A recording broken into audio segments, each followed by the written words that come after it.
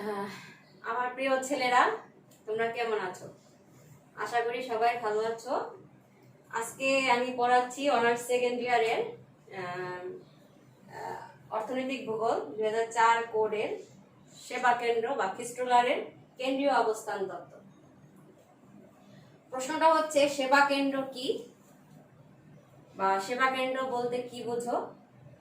বিভিন্ন প্রকার সেবা কেন্দ্রের বর্ণনা দাও, অথবা খিস্টুলারের কেন্দ্রীয় অবস্থান তত্ত্বটি আলোচনা করো।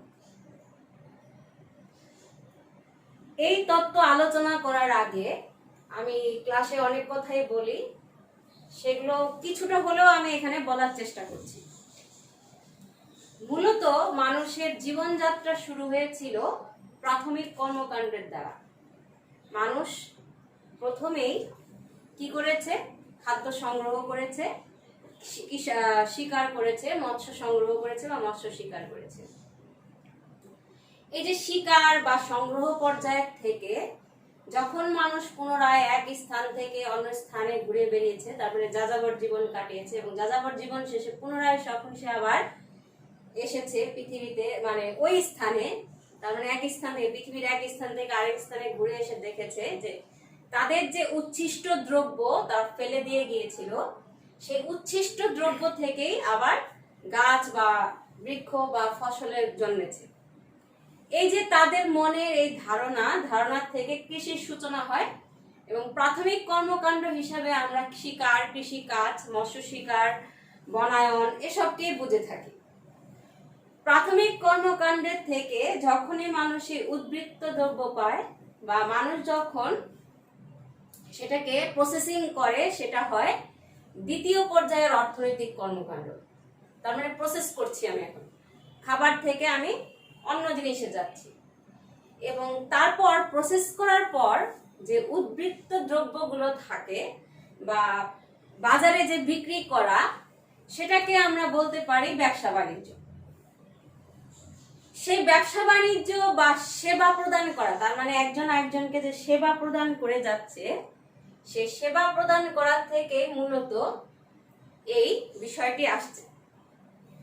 আচ্ছা, মূলত খিস্টুলারের সেবা প্রদান কেন্দ্র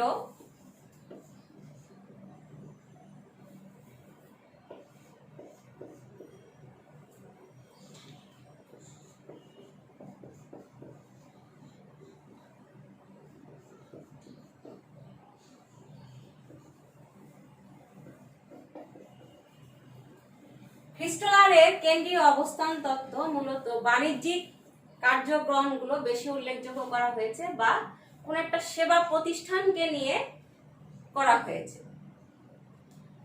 ধরো তুমি যেখানে বাস করো, বা সেটা গ্রামই হোক বা শহরই হোক, অর্থনৈতিক কার্যক্রম পরিচালনার জন্য ধরো একটা ব্যাংক আছে। ওই ব্যাংকটা শুধু তোমার এলাকা না, তার আশেপাশে যে এলাকা, সে এলাকার মানুষও সেখানে এসে সেবা প্রদান করে বা সেবা গ্রহণ করে। এই যে সেবা প্রদান বা সেবা গ্রহণ, তার ওই এলাকা বা আশেপাশের এলাকা, এর থেকেই মূলত খিস্টুলারের এই কেন্দ্রীয় অবস্থান তত্ত্ব। যে কোনো শহর বা নগরেই অর্থনৈতিক কার্যক্রম পরিলক্ষিত হয়, তোমরা এটা সবাই জানো। শহরে বা বিরাজমান যে কোনো কার্যক্রম, সেটা কিন্তু তার ওই এলাকাটুকুই না, তার পার্শ্ববর্তী এলাকাটাও সে সেবা প্রদান করে। যেমন একটা বাজারকেও আমরা ধরতে পারি যে একটা বাজার বা একটা হাট যখন হয়, শুধু ওই এলাকার মানুষই কিন্তু ওই এলাকায় আসে না, মানে ওই হাট বা বাজারে আসে না, আশেপাশের মানুষও সেখানে আসে। এই যে মানুষের চারপাশের মানুষের চাহিদা পূরণ করা বা চারপাশের মানুষের বিভিন্ন কার্যক্রমকে এখানে একত্রে করা, সেটাই থেকে ধারণা করে মূলত কেন্দ্রীয় অবস্থান তত্ত্ব। এখন এই যে বারে বারে বলছি খিস্টুলারের সেবা কেন্দ্র, খিস্টুলারের সেবা কেন্দ্র, খিস্টুলারের সেবা কেন্দ্রটা কি?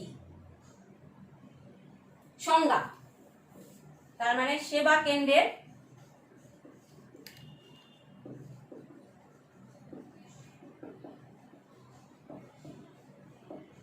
সংজ্ঞা। সেবা কেন্দ্রটা কি? একটি হ্যামলেট থেকে শুরু করে এসএমএস এ হ্যামলেট থেকে শুরু করে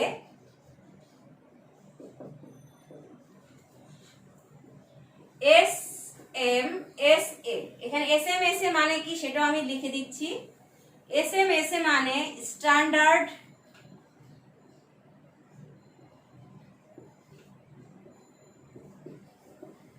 মেট্রোপলিটন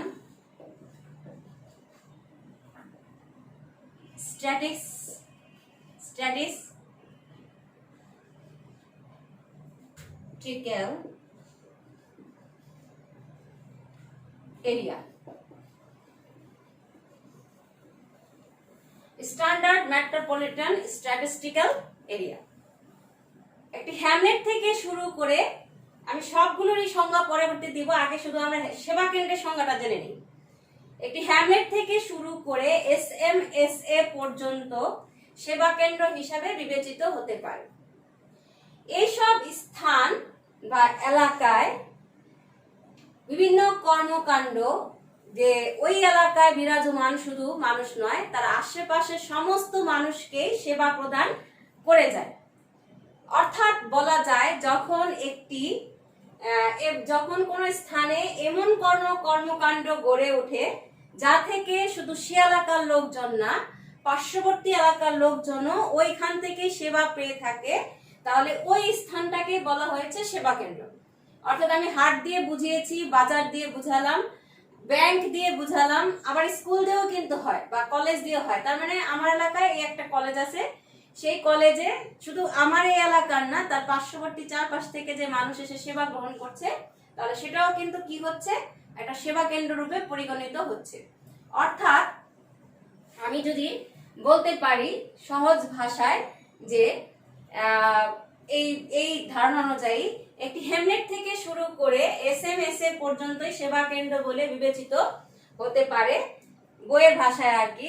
এইসব স্থান বা এলাকায় বিরাজমান বিভিন্ন কর্মকাণ্ড ওই এলাকায় বসবাসকারী কিংবা তার পার্শ্ববর্তী এলাকায় বসবাসকারী জনসাধারণকে কোনো সেবা প্রদান করলে সেটা সেবা কেন্দ্র বলে বিবেচিত হবে বা ওটি সেবা কেন্দ্র বলে পরিগণিত হবে। আমি আবার বলছি, ভালো করে শুনো। একটি হ্যামলেট থেকে শুরু করে SMSA পর্যন্ত সেবা কেন্দ্র হিসাবে বিবেচিত হতে পারে। তার মানে হ্যামলেট অর্থ এখানে গ্রাম বুঝিয়েছে, একটা ছোট্ট গ্রাম থেকে একটা স্ট্যান্ডার্ড মেট্রোপলিটন পরিসংখ্যানগত মেট্রোপলিটন অঞ্চলও সেখানে সেবা কেন্দ্র বলে পরিগণিত হতে পারে। এই এলাকায়, এই এলাকাগুলো বললাম, একটা ছোট্ট গ্রাম থেকে SMSA পর্যন্ত যে বিভিন্ন ধরনের সেবা কেন্দ্র বা যে কোনো একটাই সেবা কেন্দ্র যদি ওই এলাকা এবং তার পার্শ্ববর্তী এলাকার লোকজনকে যে সেবা প্রদান করে থাকে, তাহলেই সেটি সেবা কেন্দ্র বলে বিবেচিত হবে এবং ওইটিকেই আমরা সেবা কেন্দ্র বলবো। ধরো এই একটি স্থান,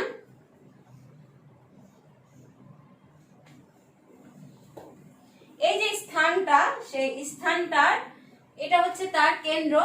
ধরো এখানে কোনো বিভিন্ন ধরনের একটা যে কোনো ব্যাংক আছে, সেই ব্যাংক থেকে শুধু এই এলাকার লোকজন, এই এলাকার লোকজন এবং তার চারপাশে এলাকার লোকজন যে সেবা প্রদান করে থাকে, সেটা চলে, ওই ব্যাংকটি হচ্ছে একটা সেবা কেন্দ্র।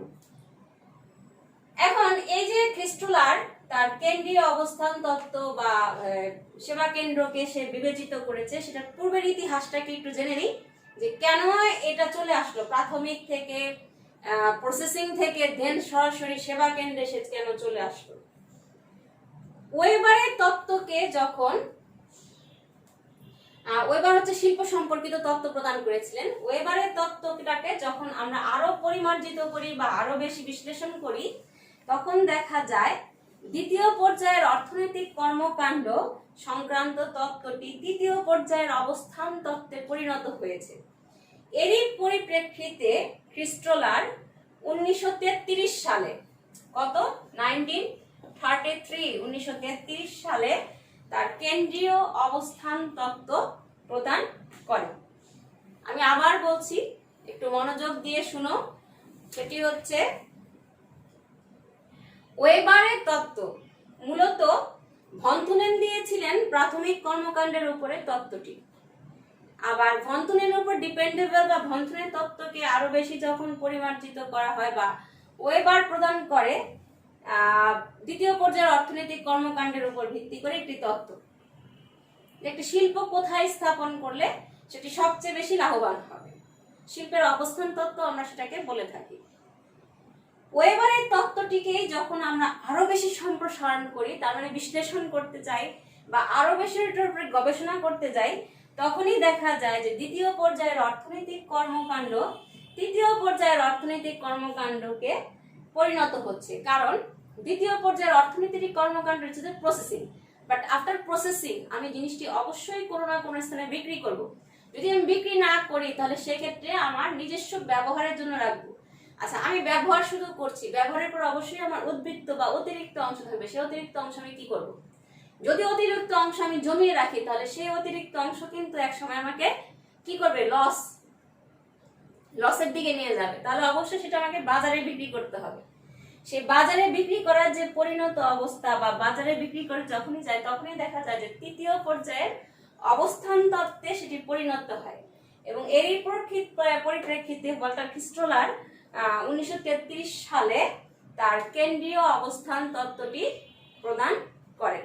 তাহলে ইতিহাসটা বুঝলাম যে ওয়েবারের তত্ত্বটিকে যখনই পরিমার্জিত হয় তখন সেটি যেহেতু তৃতীয় পর্যায়ের অর্থনৈতিক কর্মকাণ্ডে যায় এবং সেক্ষেত্রে মূলত কি হয়, সেটি ক্রিস্টোলার 1933 সালে কেন্দ্রীয় অবস্থান তত্ত্ব রূপে প্রদান করেন। এখন এই যে ক্রিস্টোলার, সেই ক্রিস্টোলার কে?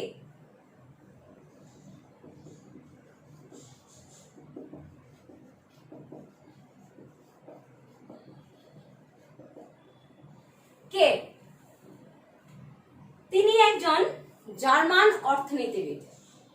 1932 সালে তিনি জার্মানির আর্লেনজেন বিশ্ববিদ্যালয় থেকে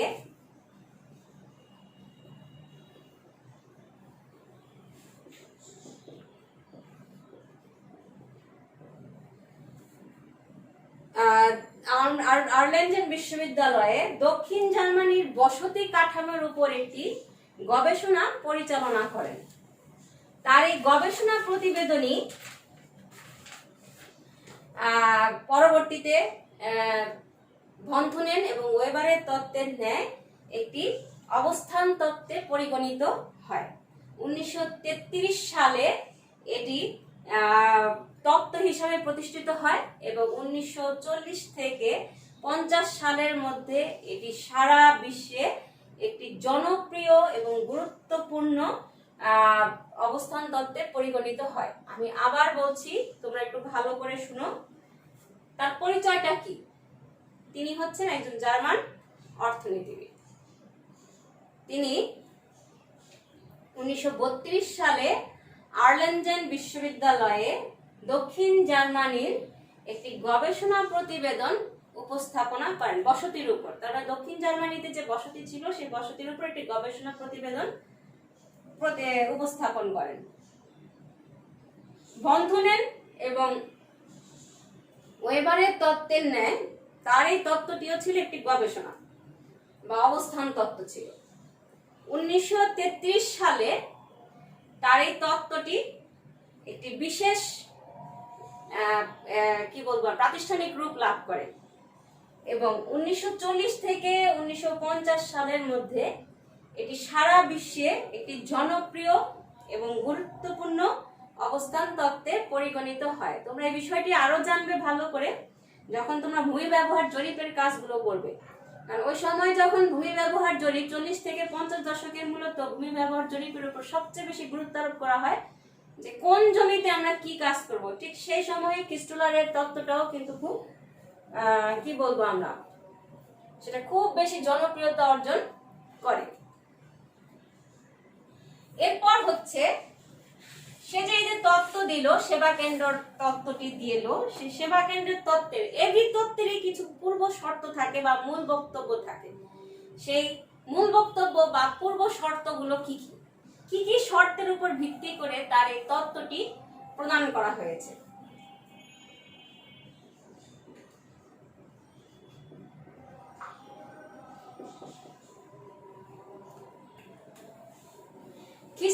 তত্ত্বের পূর্ব শর্ত। ক্রিস্টোলার তার তত্ত্ব প্রদানের পূর্বে যে সে বলেছে যে কয়েকটি শর্ত এখানে প্রযোজ্য, 8টি, সে 8টির মতো শর্ত এখানে প্রযোজ্য দিয়েছে যে যদি এই 8টি শর্ত কার্যকর হয় তাহলেই সেটি এখানে কার্যকর হবে, এই তত্ত্বটি তার কার্যকর হবে। সেটি কি?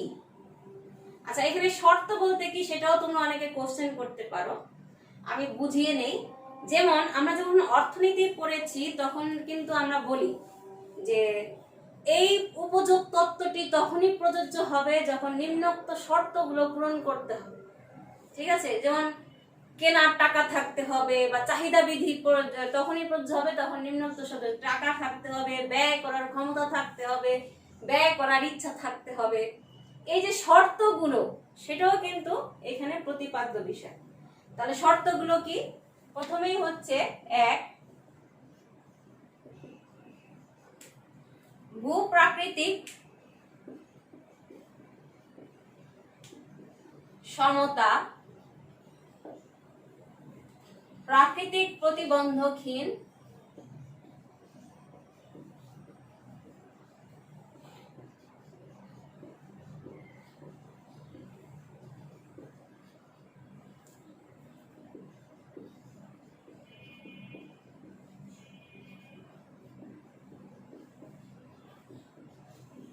ভূপ্রাকৃতিক সমতা প্রাকৃতিক প্রতিবন্ধকহীন সমভূমি, তার তত্ত্বের প্রধান শর্তই হচ্ছে এটি।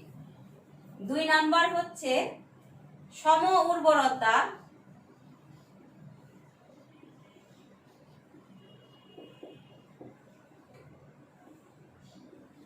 সম বন্টন। তার মানে ভূপ্রাকৃতিক সমতা হচ্ছে যেখানে সে গবেষণা পরিচালনা করেছে তার ওই এলাকায় সমস্ত ভূপ্রকৃতি একই রকম ছিল, কোনো ডিফারেন্সেস সেখানে থাকতে পারবে না। প্রাকৃতিক প্রতিবন্ধকহীন সমভূমি, অর্থাৎ প্রত্যেকটা সমভূমি তার প্রত্যেকটা গুণাগুণের জন্য কাজে লাগাতে হবে। সেখানে প্রতিবন্ধক, যেমন আমরা এখানে বলি এই জমিটা ঊষর, এই জমিটা চাষাবাদ যোগ্য, এটা চাষের অযোগ্য, তা এখানে থাকতে পারবে না।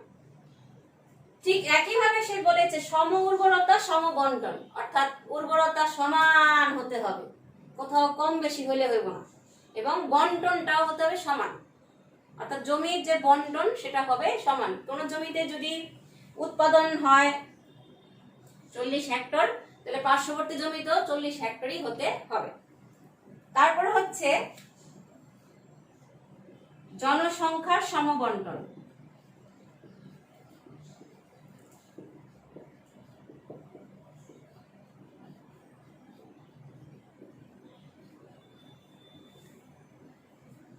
ও ঘনত্ব। আমরা জানি প্রত্যেক এলাকায় জনসংখ্যা সমবন্টন ঘনত্ব এক না হতে পারে, কিন্তু ক্রিস্টোলার তার তত্ত্বে শর্তে প্রদান করেছেন জনসংখ্যার ঘনত্ব, অর্থাৎ ডান দিকের কোন জমিতে যদি ধরো একটা এলাকা এখানে যদি 40 জন থাকে তাহলে এখানেও ঘনত্ব হতে হবে 40 জন। ঠিক আছে, তার মানে সমবন্টন এবং ঘনত্ব। তারপর হচ্ছে জনসংখ্যার সম আয়।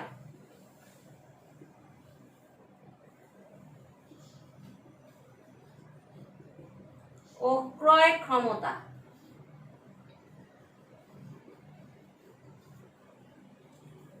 জনসংখ্যার আয়ও হতে হবে সমান, ক্রয় ক্ষমতা হতে হবে সমান, সেখানে কেউ ধনী কেউ গরিব হবে না, সবারই সমান আয় সম্পর্কিত থাকতে হবে। আমি 1 নাম্বার ও 2 নাম্বার মুছে দিচ্ছি বাকিগুলো লেখার জন্য। 5, সমবিচলন ব্যবস্থা জনপদের মধ্যে সরাসরি পদ সংযোগ। সমবিচলন হচ্ছে এই এলাকায় যে জনসংখ্যা থাকবে তারা সব জায়গায় সমানভাবে চলাচল করতে পারবে, এবং পদ মানে এখানে পথ সংখ্যা হবে সরাসরি পদ সংযোগ, জনপদ। তার মানে একটা এলাকা থেকে আরেকটা এলাকার অবশ্যই সংযোগ থাকতে হবে, চলাচলের রাস্তা থাকতে হবে।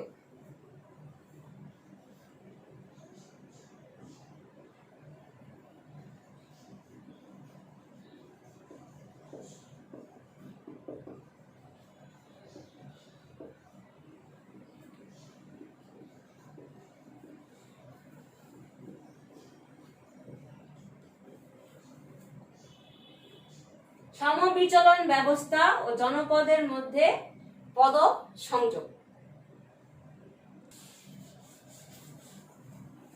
এরপর হচ্ছে সংক্ষিপ্ততম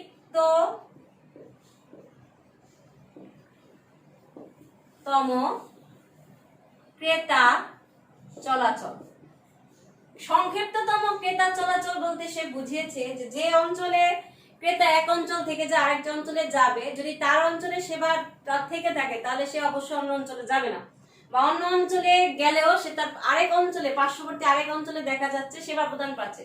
ধরো এইরকম একটি এলাকা, এখানে সেবা কেন্দ্রটি আছে, তাহলে এই অঞ্চলে আরেকটা সেবা কেন্দ্র আছে এরকম, তাহলে এই অঞ্চলের মানুষগুলো এখানে যেতে পারবে, এখানে যেতে পারবে, কিন্তু সংক্ষিপ্ততম ক্রেতা তার মানে তারা সব জায়গায় যাবে অল্প অল্প করে, যে এক জায়গায় সবাই গিয়ে হুমড়ি খেয়ে পড়লো তা কিন্তু না।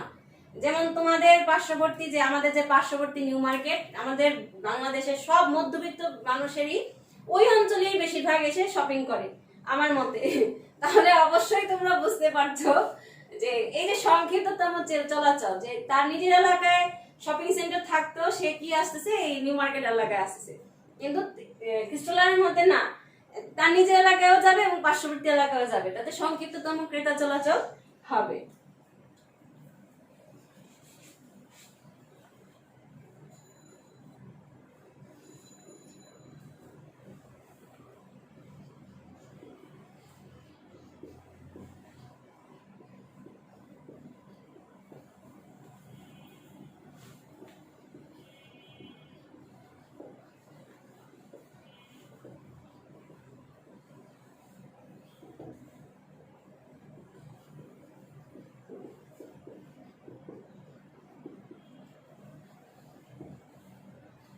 খ্রিস্টোলারের মতে পণ্য বিক্রয়ের সর্বোচ্চ দূরত্বের অপরিবর্তনশীলতা, যে আমি নিকটস্থ বাজারে বিক্রি করব না, একটু দূরে গিয়ে বিক্রি করব, সেতে দাম বেশি পাবো, সেটা তার মতে চলবে না। তার মতে সর্বোচ্চ দূরত্বটা অপরিবর্তনশীল রাখতে হবে, তার মানে দাম সর্বক্ষেত্রে সব জায়গায় সমান রাখতে হবে।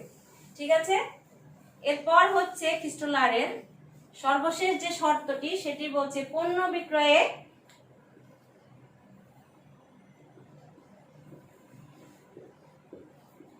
বিক্রয়ে সম মুনাফা।